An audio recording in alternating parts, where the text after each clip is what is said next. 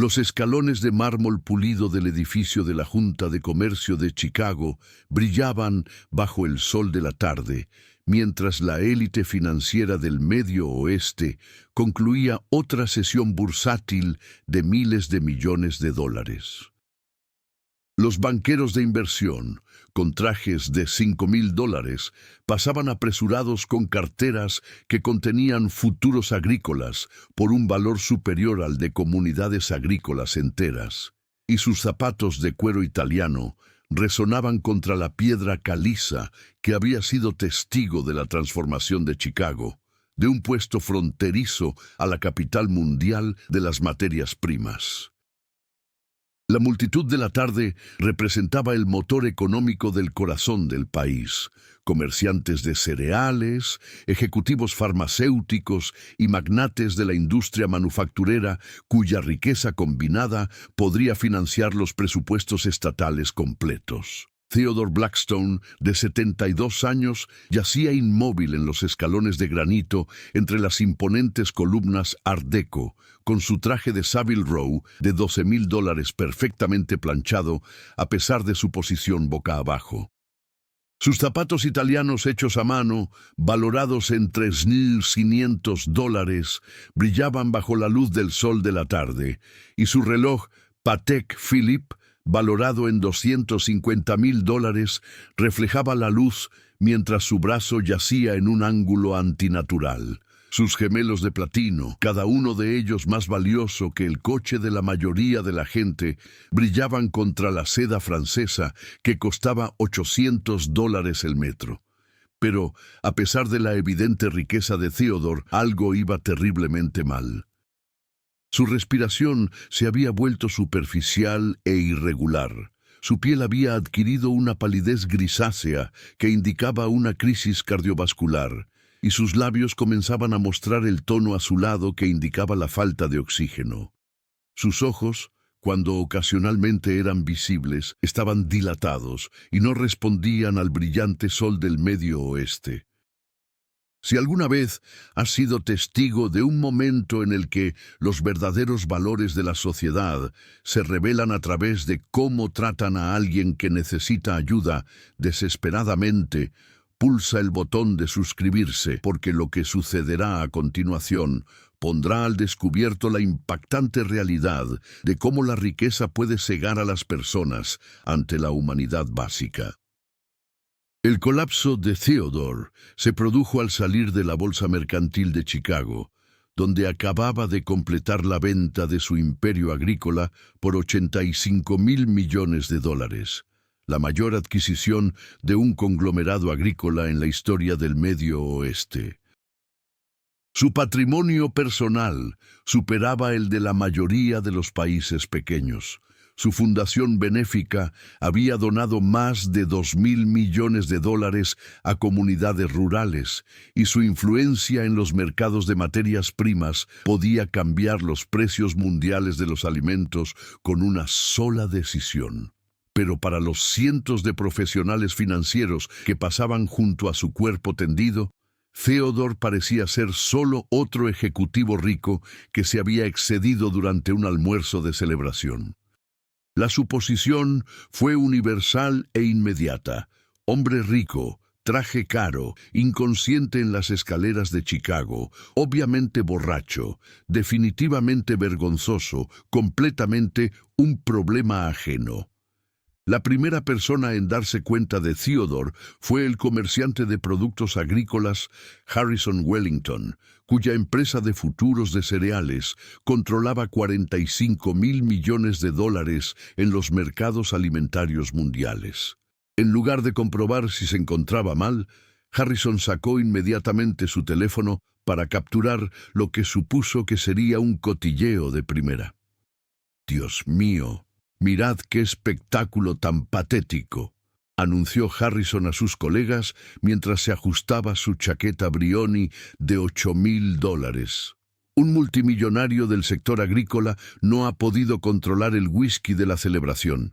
Esto va directo al chat del grupo de socios de la bolsa, cuando el dinero no puede comprar la dignidad. Sus dedos volaron por la pantalla de su teléfono, añadiendo títulos como "El rey del maíz se derrumba" y "Caída de las materias primas en Chicago". La heredera farmacéutica Miranda Ashford, cuyo imperio farmacéutico familiar generaba $30.000 millones al año desde su sede de Chicago, rodeó con cuidado a Theodore mientras hablaba con su asistente sobre la imagen de la asociación. «Asegúrate de que nuestra limusina no aparque cerca de esta vergüenza», ordenó mientras se ajustaba su bufanda Hermès de $25.000. «Lo último que necesita nuestra junta directiva son fotos de nosotros junto a un ejecutivo borracho que sufre un colapso público». El magnate inmobiliario Alexander Pemberton, que acababa de cerrar un acuerdo de $2.000 millones para la construcción de una urbanización frente al lago, comenzó a apostar con otros observadores adinerados sobre cuánto tiempo permanecería Theodore inconsciente antes de que los de seguridad lo sacaran de allí. «Le doy 20 minutos antes de que los de seguridad de la Junta de Comercio lo arrastren fuera», anunció Pemberton mientras miraba su reloj Richard Mille de $150.000. «¿Alguien quiere apostar a que su chofer dirá que no lo reconoce?» La reacción de la multitud se volvió cada vez más cruel a medida que el estado de Theodore empeoraba visiblemente. El ejecutivo industrial Sterling Whitmore, cuyo imperio siderúrgico controlaba $60.000 millones en producción en el Medio Oeste, comenzó a retransmitir en directo el estado inconsciente de Theodore a sus socios comerciales para entretenerlos. «Damas y caballeros del comercio de Chicago», anunció Whitmore mientras colocaba su teléfono para obtener las mejores imágenes de la humillación. «Estamos presenciando el privilegio ejecutivo en su máxima expresión, cuando los multimillonarios piensan que los espacios públicos son sus salas de recuperación personales. Esto es lo que sucede cuando la riqueza agrícola se enfrenta a la realidad». Pero a 20 metros de distancia, sentado contra la entrada de servicio del edificio, cerca del muelle de carga, alguien observaba con creciente alarma médica y reconocimiento profesional lo que la multitud adinerada no podía ver o decidía ignorar. El doctor Samuel Rodríguez había sido invisible para la élite social de Chicago durante 8 meses. Su abrigo de invierno raído, que había encontrado en un contenedor del Ejército de Salvación por $4, ahora colgaba como una bandera de rendición alrededor de su cuerpo demacrado. La tela estaba sujeta con cinta adhesiva y alfileres de seguridad, lo que le daba el aspecto de alguien a quien la sociedad había olvidado por completo. Sus botas de trabajo, descubiertas detrás de un hospital demolido y reparadas con cemento de caucho, valían quizás $8, en comparación con los zapatos de cuero italiano de $3.500 que pisoteaban la condición cada vez más crítica de Theodore. Las manos curtidas de Samuel, que en otro tiempo fueron lo suficientemente firmes como para realizar cirugías cardíacas de emergencia por valor de $200.000 por procedimiento, ahora estaban marcadas por 8 meses de supervivencia en los brutales inviernos de Chicago. Sus uñas, que antes se frotaban para mantener la esterilidad quirúrgica, ahora estaban agrietadas y manchadas por rebuscar en los contenedores de basura de los restaurantes y dormir en los túneles del metro cuando las temperaturas amenazaban con provocar hipotermia. Pero los ojos entrenados de Samuel reconocieron inmediatamente lo que la multitud adinerada no podía ver o prefería ignorar. Los labios cianóticos de Theodore indicaban una grave falta de oxígeno. El patrón de respiración irregular sugería una arritmia cardíaca. La posición de su cuerpo indicaba que se había derrumbado de repente, en lugar de haberse ido quedando dormido gradualmente. Lo más grave eran los sutiles signos de infarto de miocardio, la posición del dolor torácico, la diaforesis a pesar del clima frío, el estado mental alterado que indicaba que el corazón de Theodore estaba fallando catastróficamente. La ironía era devastadora, más allá de lo comprensible. 8 meses antes, Samuel había sido uno de los cirujanos cardíacos de urgencia más respetados de Chicago, con un sueldo anual de $850,000 en el Northwestern Memorial Hospital. Su experiencia en cardiología de urgencias había salvado más de 3,000 vidas durante sus 20 años de carrera. Su investigación sobre el infarto agudo de miocardio se había publicado en The New England Journal of Medicine. Su quirófano tenía un valor de $8 millones en equipamiento. Sus habilidades diagnósticas eran reconocidas internacionalmente y su reputación por salvar a pacientes de la muerte cardíaca era legendaria en toda la comunidad médica del Medio Oeste. Pero cuando Samuel denunció la práctica de su hospital de retrasar deliberadamente la atención cardíaca a los pacientes sin seguro para evitar pérdidas económicas, una práctica que había matado a docenas de pacientes de clase trabajadora, su vida fue sistemáticamente destruida. Le retiraron la licencia médica con acusaciones falsas. Le quitaron sus bienes durante un litigio interminable diseñado para arruinarlo. Sus relaciones profesionales se rompieron por una campaña coordinada para destruir su reputación. En 6 meses, el cardiólogo de urgencias más destacado de Estados Unidos se había convertido en otro vagabundo invisible al que la sociedad había decidido ignorar. Ahora, al ver cómo el corazón de Theodore fallaba mientras cientos de personas, con una riqueza combinada superior a los $50,000 millones, pasaban por encima de él como si fuera basura, Samuel tomó una decisión que cambiaría sus vidas para siempre. Se levantó lentamente, con los pies descalzos. Había perdido su último par de calcetines hacía 2 semanas, tocando la fría piedra al salir de la zona de servicio. La luz de la tarde reveló todo el alcance de su caída en desgracia. Su rostro, antes bien afeitado para la precisión quirúrgica, ahora lucía una espesa barba enmarañada con la suciedad de las calles de Chicago. Su cuerpo, antes mantenido para las exigencias físicas de la cirugía, ahora estaba demacrado por comer esporádicamente y dormir en condiciones que destruían sistemáticamente la salud. Cuando Samuel se acercó a Theodore, su presencia provocó una repulsión inmediata entre la élite financiera de Chicago.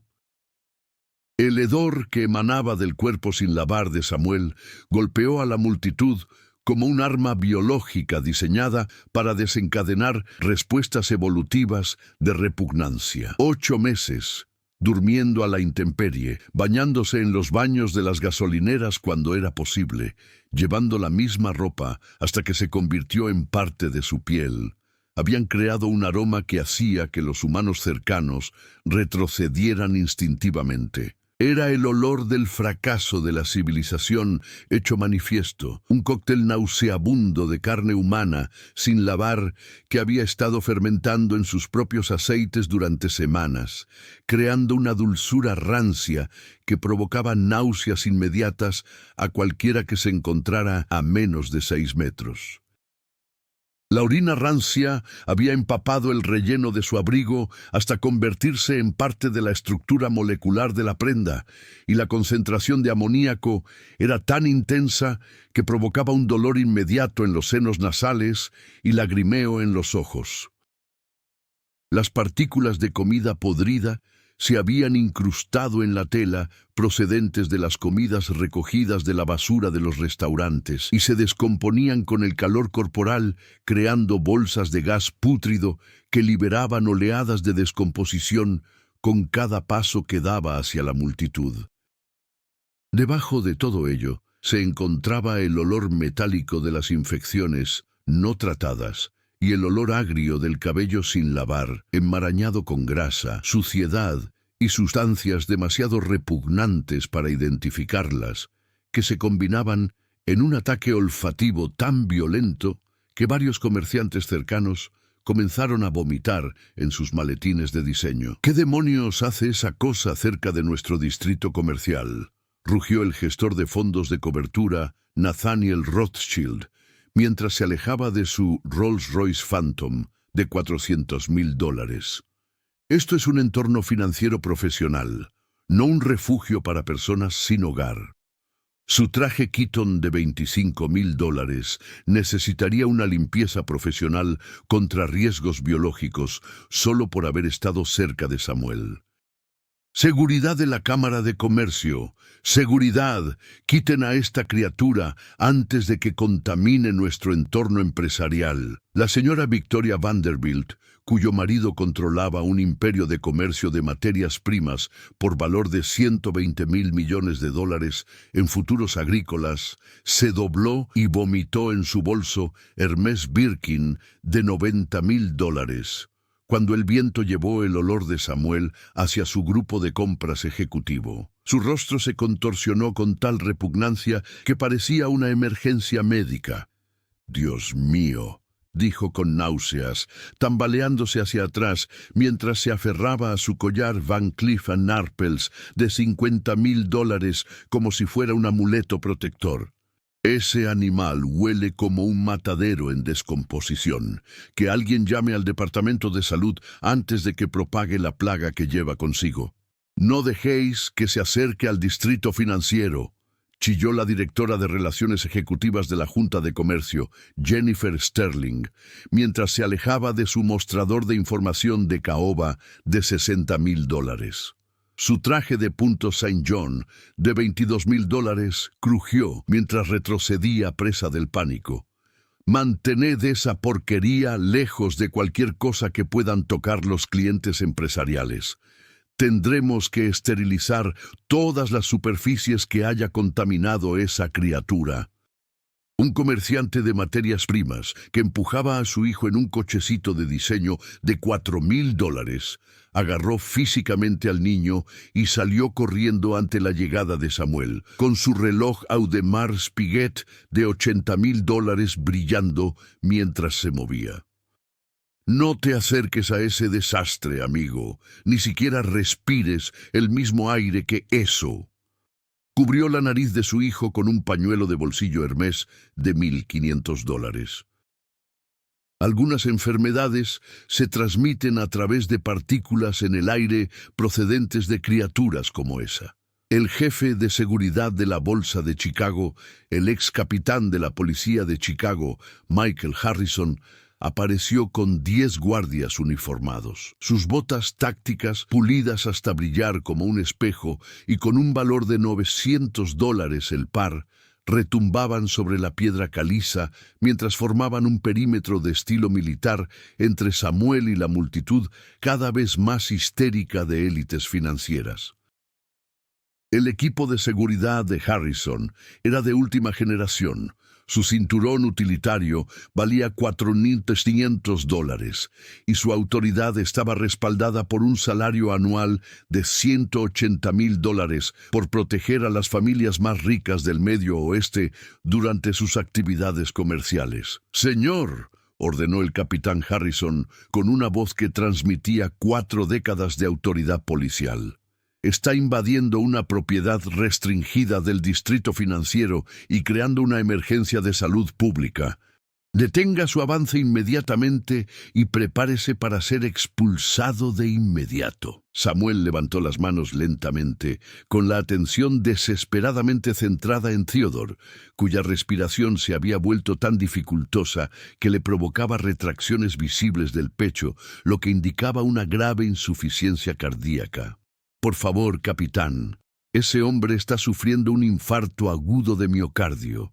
Su sistema cardiovascular está fallando catastróficamente. Sin una reanimación cardiopulmonar inmediata y una intervención cardíaca, morirá de un shock cardiogénico en cuestión de minutos». «¡Silencio!», gritó el capitán Harrison con una voz que resonó por todo el distrito financiero como un arma sónica. «No quiero oír ninguna de esas tonterías médicas que has aprendido viendo series sobre urgencias en los refugios para personas sin hogar. Eres un vagabundo que se ha infiltrado en un entorno empresarial profesional para acosar a ciudadanos de éxito. Guardias, ejecuten inmediatamente los procedimientos de expulsión del Código Rojo. Lo que sucedió a continuación fue diferente a cualquiera de los escenarios anteriores.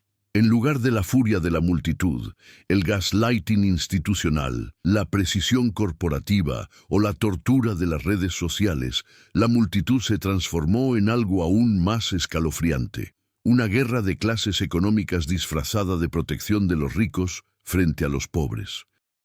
El gestor de fondos de cobertura Nathaniel Rothschild dio un paso al frente con la autoridad calculada de alguien que había construido un imperio de 75.000 millones de dólares gracias a su comprensión de las dinámicas de poder mejor que la psicología humana. Pero su enfoque no fue despedir a Samuel, sino utilizar la riqueza de Theodore como justificación para la exclusión de Samuel. Señoras y señores, anunció Rothschild mientras activaba sus protocolos de red empresarial de emergencia, estamos presenciando un intento de robo disfrazado de asistencia médica. Este vagabundo está claramente apuntando a una persona rica que parece vulnerable. Su estrategia fue devastadoramente sistemática. En lugar de cuestionar los conocimientos médicos de Samuel, reformuló el intento de ayuda de Samuel como una amenaza criminal que requería la protección de la clase rica frente a los peligrosos pobres. Todo el mundo debe comprender lo que está sucediendo aquí, continuó Rothschild, mientras sus dedos volaban por el teléfono, enviando alertas a las redes de seguridad de élite de Chicago. Los delincuentes sin hogar suelen fingir emergencias médicas para acercarse a víctimas adineradas. Se trata de un asalto coordinado a un multimillonario indefenso. La respuesta de la multitud fue inmediata y coordinada, pero a través de mecanismos económicos más que sociales. En cuestión de segundos, las empresas de seguridad privada de todo Chicago fueron alertadas de una amenaza vagabunda en la Junta de Comercio. Los observadores ricos comenzaron a formar lo que llamaron un perímetro de protección alrededor de Theodore, no para ayudarlo, sino para protegerlo de Samuel. El comerciante de productos agrícolas, Harrison Wellington, se posicionó como la autoridad financiera que protegía los intereses económicos de Theodore. El señor Blackstone controla mercados agrícolas por valor de cientos de miles de millones. Permitir que personas no autorizadas se acerquen a él en un momento vulnerable representa una violación masiva de la seguridad con implicaciones económicas a nivel mundial. El terrorismo económico era más sofisticado que un simple asalto físico. Estaban tratando el intento de Samuel de salvar la vida de Theodore como una amenaza para todo el sistema financiero que requería una respuesta de nivel militar. La heredera de la industria manufacturera, Miranda Ashford, intensificó la guerra económica, activando lo que ella denominó protocolos de protección de la riqueza. En lugar de retransmitir en directo por entretenimiento, se coordinó con la élite financiera de Chicago para tratar a Samuel como un terrorista económico. Voy a alertar inmediatamente a la oficina de la Reserva Federal de Chicago, anunció Miranda mientras marcaba un número de marcación rápida en su teléfono personalizado de $5,000. El acceso no autorizado a un multimillonario durante el horario de mercado representa un posible intento de manipulación. Hay que informar a la Unidad de Delitos Financieros del FBI. Su enfoque era escalofriante por su precisión. No afirmaba que Samuel estuviera médicamente equivocado, sino que su pobreza lo hacía intrínsecamente peligroso para el sistema económico que Theodore representaba. El ejecutivo petrolero Sterling Whitmore, cuyo imperio siderúrgico había perfeccionado el arte de aplastar los movimientos obreros, asestó el golpe más devastador. Que todo el mundo documente el intento de este vagabundo de explotar la condición del señor Blackstone. Según la ley de protección contra delitos financieros, acercarse a multimillonarios incapacitados sin autorización es terrorismo federal. La guerra legal fue inmediata y coordinada. Comenzaron a tratar la experiencia médica de Samuel como prueba de premeditación, alegando que su conocimiento de la condición de Theodore demostraba que él la había causado. Pero lo más escalofriante fue cómo comenzaron a utilizar el estado de inconsciencia de Theodore como justificación para protegerlo de la ayuda de Samuel. El magnate inmobiliario Alexander Pemberton dio un paso al frente con autoridad corporativa. El señor Blackstone no puede consentir el tratamiento médico de personal no autorizado. Como socios comerciales suyos, tenemos la responsabilidad fiduciaria de proteger sus intereses de posibles demandas por negligencia médica. La lógica económica era aterradora. Afirmaban que permitir que Samuel salvara la vida de Theodore lo expondría a una responsabilidad financiera, por lo que dejarlo morir era proteger su patrimonio. El capitán Harrison, reconociendo las implicaciones económicas, comenzó a tratar la situación como un asunto de seguridad financiera federal en lugar de una emergencia médica. Señor, está intentando proporcionar servicios médicos no autorizados a una persona de alto patrimonio neto. Esto constituye tanto un fraude médico como una posible manipulación económica. Samuel observó con horror cómo su intento de salvar una vida se estaba reformulando sistemáticamente como un delito financiero en tiempo real. La multitud había utilizado la riqueza de Theodore como arma contra su supervivencia. «Por favor», dijo Samuel, con la voz quebrada al ver cómo el estado de Theodore se deterioraba rápidamente. «Solo tienen que fijarse en sus síntomas cardíacos. Tiene los labios cianóticos, la respiración agónica y el pulso débil. Está en shock cardiogénico. Sin una intervención inmediata, morirá independientemente de su patrimonio neto». Pero sus súplicas médicas fueron sistemáticamente contrarrestadas con argumentos económicos. La heredera farmacéutica Victoria Sterling asestó el golpe mortal. Todo el mundo debería entender que este vagabundo obviamente investigó el historial médico del señor Blackstone para crear este escenario exacto. Las personas sin hogar suelen elegir como objetivo a personas adineradas con problemas de salud conocidos para llevar a cabo sofisticadas estafas. El asesinato económico se había consumado. Habían transformado la experiencia médica de Samuel en prueba de premeditación criminal, su intento de ayudar en prueba de fraude, su desesperación en confirmación de culpabilidad. El ejecutivo de fabricación Harrison Blackwood intensificó el terrorismo económico activando los protocolos de emergencia financiera de Chicago. Autorizó el traslado inmediato del señor Blackstone a instalaciones médicas privadas. Permitir que los delincuentes callejeros se acerquen a él viola todos los protocolos de seguridad para proteger a las personas con un alto patrimonio neto. La multitud comenzó a coordinarse para alejar físicamente a Theodore de Samuel, no para ayudarlo, sino para proteger su riqueza de la contaminación de la pobreza. Estaban dispuestos a dejarlo morir antes que permitir que un vagabundo lo salvara. Pero cuando los equipos de seguridad privada se movieron para crear una barrera impenetrable alrededor de Theodore, ocurrió algo inesperado. En lugar de la habitual intervención de las autoridades, el propio Theodore se movió ligeramente y abrió los ojos lo suficiente como para fijarse en el alboroto que se había formado a su alrededor. ¿Qué está pasando?», susurró Theodore, con una voz apenas audible, pero que se escuchó claramente en el repentino silencio cuando la multitud se dio cuenta de que su multimillonario inconsciente era consciente de todo lo que habían estado diciendo. Sus ojos encontraron a Samuel al otro lado de la piedra caliza del distrito financiero, y algo pasó entre ellos. un reconocimiento que iba más allá de la riqueza o la pobreza, una conexión que la guerra económica de la multitud no podía entender ni controlar. «Tú», dijo Theodore, con la voz ligeramente más fuerte mientras miraba directamente a Samuel, «estás tratando de ayudarme, ¿verdad?»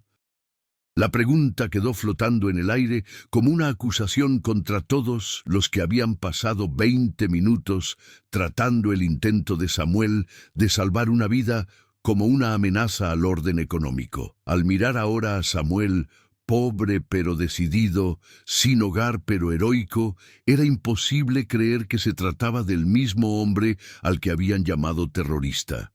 Si esta transformación te ha llegado al corazón, dale al botón me gusta y suscríbete, porque este viaje no ha hecho más que empezar. La multitud observaba con creciente horror cómo su víctima económica demostraba estar consciente durante toda su campaña para proteger su riqueza de su potencial salvador. Theodore había escuchado cada palabra de su terrorismo financiero, cada justificación para dejarlo morir en lugar de aceptar la ayuda de alguien que la sociedad había descartado. «Lo escuché todo», dijo Theodore, con voz cada vez más fuerte a pesar de su angustia cardíaca. «Estaban dispuestos a dejarme morir para proteger mi dinero de él.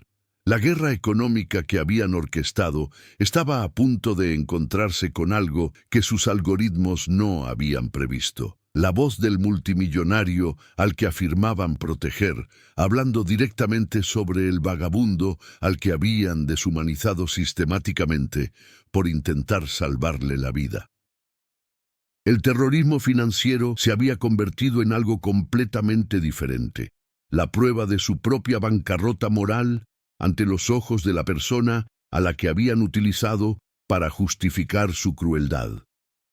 La plaza de la Bolsa de Chicago se había transformado en un escenario en el que el poder económico estaba a punto de chocar con el juicio moral. Theodore Blackstone permanecía tumbado en los escalones de piedra caliza, con su traje de $12,000 arrugado, pero con la mente cada vez más clara, ya que el episodio cardíaco que casi le mata comenzaba a estabilizarse gracias a su fuerza de voluntad y a la intervención médica que le habían negado. Samuel estaba a unos 10 metros de distancia, todavía retenido por los agentes de seguridad, cuyo equipo táctico parecía absurdo en el contexto de impedir que un médico salvara la vida de alguien. La multitud de élites financieras mantenía su perímetro de protección alrededor de Theodore, con una riqueza combinada que superaba los $200,000 millones, pero cuya humanidad colectiva aparentemente valía mucho menos. Theodore luchó por incorporarse, con la respiración aún dificultosa, pero con la voz ganando fuerza con cada palabra. «Doctor Rodríguez», dijo, con la mirada fija en Samuel y un reconocimiento cada vez mayor. «Samuel Rodríguez, sé exactamente quién es usted». La multitud financiera se quedó paralizada cuando su multimillonario inconsciente demostró no solo estar consciente, sino también familiarizado con el vagabundo al que habían pasado 20 minutos deshumanizando sistemáticamente mediante una guerra económica. El gestor de fondos de cobertura Nathaniel Rothschild, cuyo imperio se había construido sobre el arbitraje de información, se encontró en la inesperada situación de poseer datos incompletos.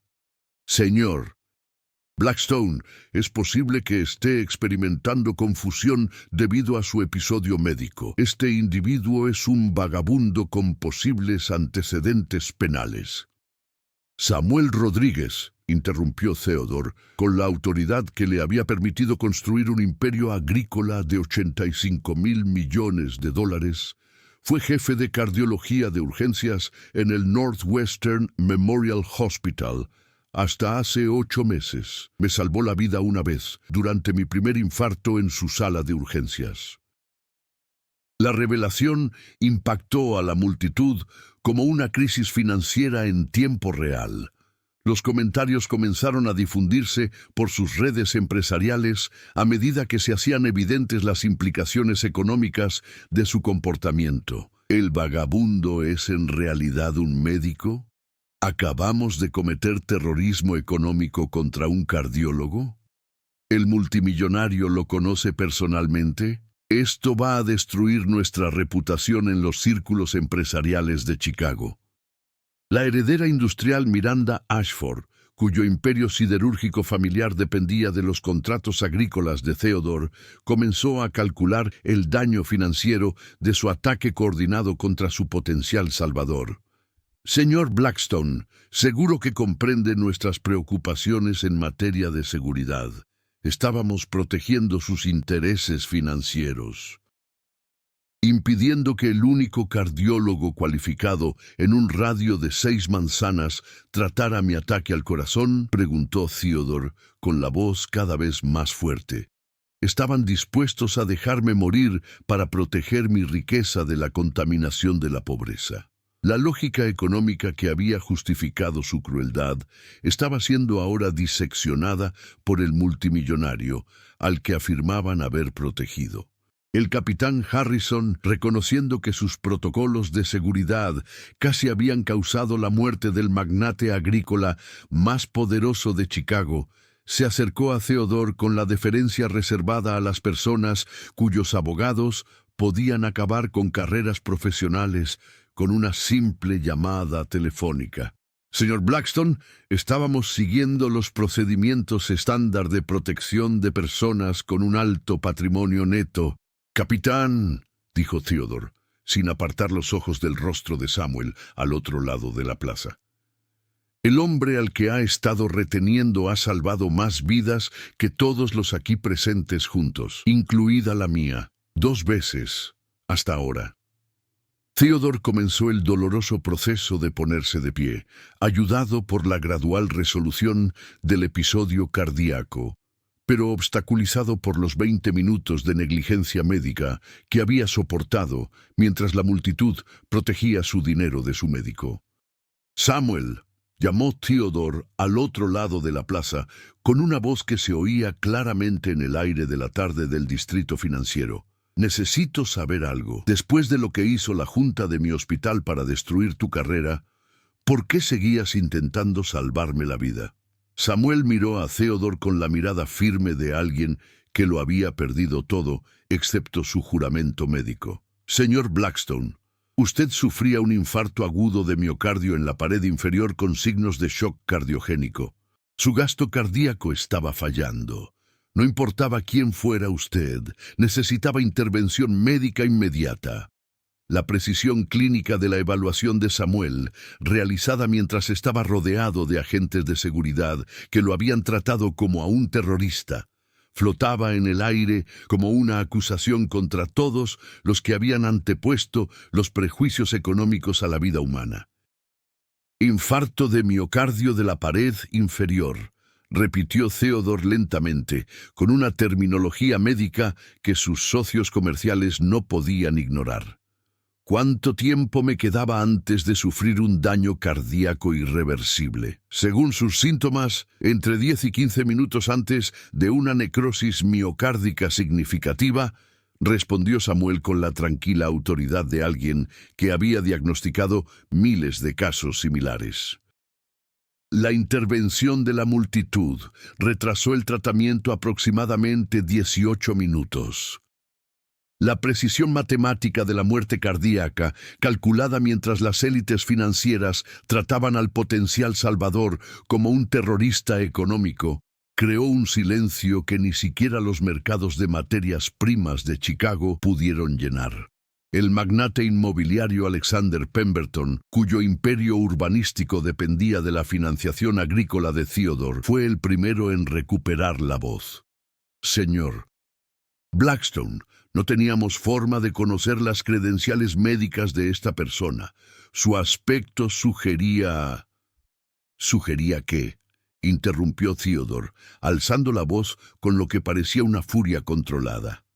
Que la falta de hogar borra la experiencia médica, que la pobreza descalifica a alguien para salvar vidas, que mi dinero era más importante que mi latido. Theodore comenzó a caminar lentamente hacia Samuel, ayudado por la gradual recuperación cardíaca, pero impulsado por algo más profundo: 8 meses de culpa reprimida por la destrucción del médico que le había salvado la vida. «Samuel», dijo Theodore al acercarse, «necesito decirte algo delante de toda esta gente.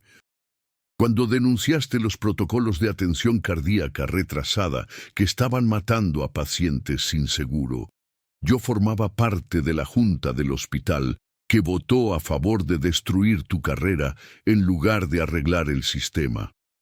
La confesión fue escuchada por docenas de miembros de la élite financiera de Chicago, muchos de los cuales grababan automáticamente las conversaciones de negocios por motivos de protección legal. Theodore Blackstone, uno de los magnates agrícolas más poderosos del Medio Oeste, estaba confesando haber destruido a un denunciante que había intentado salvar vidas. «Y cuando hoy has intentado salvarme la vida», continuó Theodore, con su voz resonando en toda la plaza, «estas personas te han tratado como a un criminal porque eres un vagabundo. Han utilizado mi riqueza como justificación para impedirte proporcionarme la atención médica que necesitaba para sobrevivir». La multitud observaba en silencio atónito cómo el multimillonario, al que habían afirmado proteger, diseccionaba su terrorismo económico. Samuel permaneció en silencio, con la mirada fija en Theodore y una expresión que parecía una mezcla de satisfacción profesional y validación personal. Theodore se acercó a Samuel y le tendió la mano, un gesto presenciado por la élite financiera de Chicago, que había pasado 20 minutos tratando la experiencia médica de Samuel como terrorismo económico. «Doctor Samuel Rodríguez, usted intentó salvar la vida de sus pacientes hace 8 meses y yo lo destruí por ello. Hoy usted ha intentado salvar mi vida mientras estas personas lo trataban como a un terrorista. Le debo más que gratitud, le debo justicia». La plaza quedó en completo silencio mientras su víctima económica exigía responsabilidades en tiempo real a través de los mismos sistemas que ellos habían utilizado para justificar su crueldad. Se había hecho justicia con la elegante precisión de una vida salvada y una verdad revelada. Si este momento de rendición de cuentas te ha emocionado, suscríbete y dale al botón de me gusta. Comenta a continuación: ¿habrías reconocido la experiencia médica de Samuel a pesar de su apariencia? Porque el capítulo final está a punto de revelar el verdadero poder de la redención. 18 meses después, el incidente de la Junta de Comercio de Chicago se había convertido en el caso de discriminación económica más estudiado en la historia empresarial estadounidense.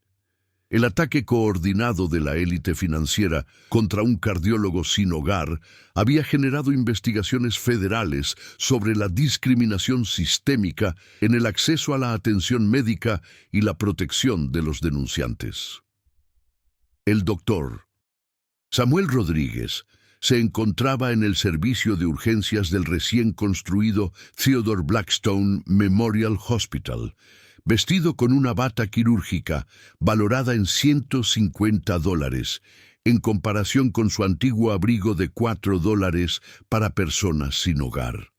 Su experiencia en cardiología de urgencias se aplicaba ahora en un centro diseñado específicamente para proporcionar atención cardíaca independientemente de la situación económica de los pacientes. Theodore no solo había restituido la licencia médica de Samuel, sino que había financiado el centro de atención cardíaca más avanzado del Medio Oeste, con Samuel como jefe de cardiología de urgencias. La misión del hospital era prevenir las muertes que Samuel había intentado evitar 8 meses antes, con recursos que superaban todo lo que él había imaginado posible.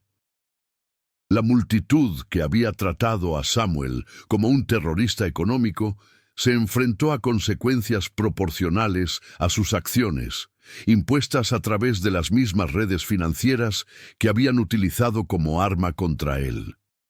El capitán Harrison perdió su puesto de seguridad y se enfrentó a cargos federales por interferir en la atención médica. El fondo de cobertura de Nathaniel Rothschild se derrumbó cuando los inversores huyeron de las empresas que trataban la pobreza como terrorismo. El imperio siderúrgico de Miranda Ashford se enfrentó a una investigación federal después de que el incidente revelara una discriminación sistemática contra las personas sin hogar que buscaban atención médica. Pero la transformación más profunda fue la de la relación entre Theodore y Samuel. Sus revisiones mensuales de los resultados de los pacientes del hospital se habían convertido en algo más profundo, una amistad basada en el entendimiento compartido de lo que significaba elegir la conciencia por encima de la conveniencia. No te perdono porque te lo merezcas, le había dicho Samuel a Theodore durante una de sus revisiones de los nuevos protocolos cardíacos. Te perdono porque aferrarme al rencor me impediría salvar a los próximos pacientes que necesitan protección. Theodore había dedicado su fortuna restante a financiar la investigación médica y testificó ante el Congreso sobre los peligros de tratar la asistencia sanitaria como una mercancía en lugar de como un derecho humano. Su imperio agrícola, que en su día fue cómplice de la discriminación sistémica, se utilizaba ahora para garantizar que ningún otro denunciante sufriera el destino de Samuel. El Distrito Financiero de Chicago había instalado una placa conmemorativa cerca de la entrada de la Junta de Comercio, en reconocimiento al doctor Samuel Rodríguez, quien demostró que la experiencia médica trasciende la situación económica y que salvar vidas solo requiere competencia y compasión. Pero el impacto más duradero fue en la conciencia empresarial. El terrorismo económico que había tenido como objetivo la protección de la riqueza se convirtió en un catalizador para examinar cómo la sociedad trata a sus miembros más vulnerables cuando poseen conocimientos que desafían las jerarquías económicas. Samuel envejeció con la dignidad restaurada y su experiencia reconocida, sabiendo que su voluntad de salvar la vida de Theodore había salvado en última instancia a innumerables personas gracias a los protocolos cardíacos que desarrolló su hospital. Theodore vivió sus últimos años con la claridad moral restaurada, utilizando sus recursos para garantizar que la competencia médica nunca más se subordinara a los prejuicios económicos. La historia que comenzó con un hombre vestido con un traje de diseño ignorado por cientos de personas se convirtió en un testimonio de la importancia de ver más allá de las apariencias, de decir la verdad al poder y de la elegancia que se obtiene cuando quienes tienen el poder eligen la responsabilidad por encima de la autoprotección, del terrorismo económico a la transformación médica en una crisis cardíaca. Pulsa el botón de suscribirse y dale a me gusta si quieres ver más historias en las que la experiencia triunfa sobre los prejuicios económicos. ¿Qué opinas de esta historia? Si estuvieras en el lugar de Samuel, ¿habrías salvado la vida del hombre cuya junta directiva destruyó tu carrera? Deja tus comentarios a continuación. Si esta historia te ha emocionado, inspirado o devuelto la fe en el poder de los juramentos médicos, pulsa el botón de suscribirse para ver más historias de justicia y redención. Pulsa el botón me gusta si crees que la experiencia médica trasciende el estatus económico. Comparte esta historia con alguien que necesite escuchar que la competencia importa más que las circunstancias. ¿Desde dónde nos ves? Cuéntanoslo en los comentarios. Recuerda, en un mundo que a menudo valora la riqueza por encima de la sabiduría, a veces el testimonio más poderoso proviene de aquellos que lo han perdido todo, excepto su experiencia e integridad. Tu historia aún no